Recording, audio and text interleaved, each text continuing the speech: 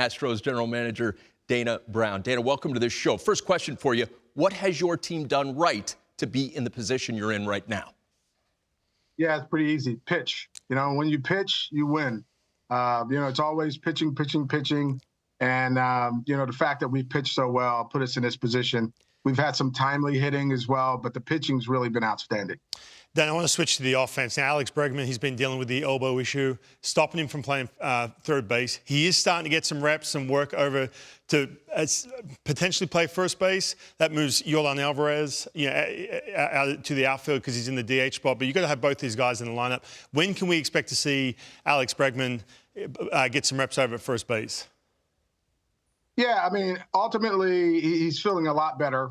And so, of course, his primary position is third base, but we'll do whatever we can do to get him in a lineup, to get Yordan's bat there as a DH, because I think we're a little bit better defensively if we can get those, get Yordan at the DH spot, Bregman at either first base or third base. But third base is our priority. Dana, following up on Bregman, we spoke before the season. You talked about wanting to keep him in an Astros uniform for years to come. He's going to be a free agent at the end of the season. How likely do you think it is that he's back with you after this season? Yeah, we're going to put our heads together and try to work it out. We haven't talked about it yet, but we're trying to get through this season. But ultimately, we'd love to have him back. He's done an outstanding job here in Houston, as everyone knows. And so he's been a spark plug for us, as he started to heat up. The club started to heat up, so we'll try to do whatever we can do to keep him. Daniel, listen, man, you're doing all this, and, we showed that video of you, talking to BK early in the season, and the conversation was, is this the time where the Astros sell? But you've been doing all this, and now all of a sudden you've taken over the AL West without Kyle Tucker. What's the latest with him? When can we expect to see him back? Yeah, hopefully we'll see Tuck back, sometime early September. He's starting to do more baseball activity on the field. He's actually taking BP and hitting them in the upper deck. It's more the baseball moves with its lower half when he has to sprint or do anything at a quick pace. And so he still feels some soreness there, but ultimately he's making big strides. And it's been amazing that we played so well without him. But hopefully we'll get him back. Sometimes early September. Hopefully the first week. Dana, you guys gave up a lot for Yusei Kikuchi at the deadline. You looked at what the packages for guys like Flaherty and some of the other pitchers out there were. He wasn't having a great season. What was it that you identified about him that you thought was going to be so valuable for you? And obviously, to this point, he's probably the best pickup anybody's made at the deadline. Yeah, I think the most important thing was we identified that he could strike people out, and he had a power fastball that can get up to 98. And then, with our pitching group, we feel like, we could make some adjustments in the usage of his arsenal. And guys were able to make some adjustments. And, he picked it up really quickly. And so he's been throwing well. And we hope he keeps it up down the stretch. But he's been pretty good for us. Dana, speaking of that pitch usage, and it was pretty remarkable, and you look at this, the StatCast powered by Google Cloud, the slider usage went through the roof. It pretty much doubled. You're talking 34% with that slider usage. The Astros have done a great job in identifying, what works, what doesn't. What is that process like? You bring in a guy like Yusei Kikuchi, who's an established pitcher in the big leagues, and you sit him down and say, look, we identify, you mentioned the fastball, but we identify that slider is going to be a big weapon for you. What does that process look like? You mentioned the group you have in regards to the analytical department or the pitching coach. How does that process look?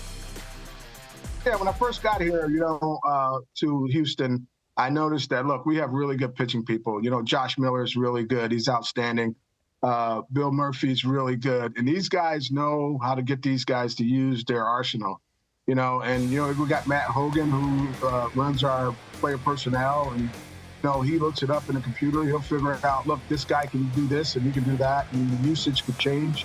And so collectively as a group, we try to put our heads together to see what we could do to make the club better. And so we got him to change his usage, and it's working. And now the fastball is playing, because he's really using that fastball at times where, maybe they think the slider's coming now. All of a sudden, it's the fastball that jumps past him. So he's been very good. He's been very receptive. And, it's just a tribute to the organization and how well we've done with pitching. Was he a big target? When you look at the way the trade deadline, shook out, and Mike mentioned some of the, the moves and some of the other pitches that were on the market, but was he a big target for you guys, early on in the process, or was that more of a late move for you guys to say, hey, look, Kikuchi's available, let's get him? Was that a late thing, or was that something you guys identified a little bit earlier on in the process?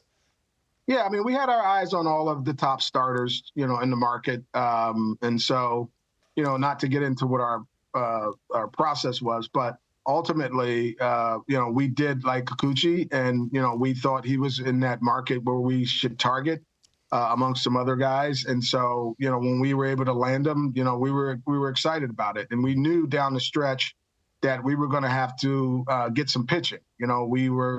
We had, at that point, we had 6 guys on the IL. That included JV, but now JV's back. We're able to go to a 6-man rotation with this stretch of 18 games. And so we knew we had to add a starter.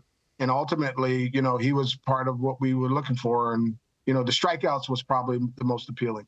You were in the Braves front office with Perry Minasian for a long time. Now, of course, rival GMs, which makes it an intriguing AL West competing with each other.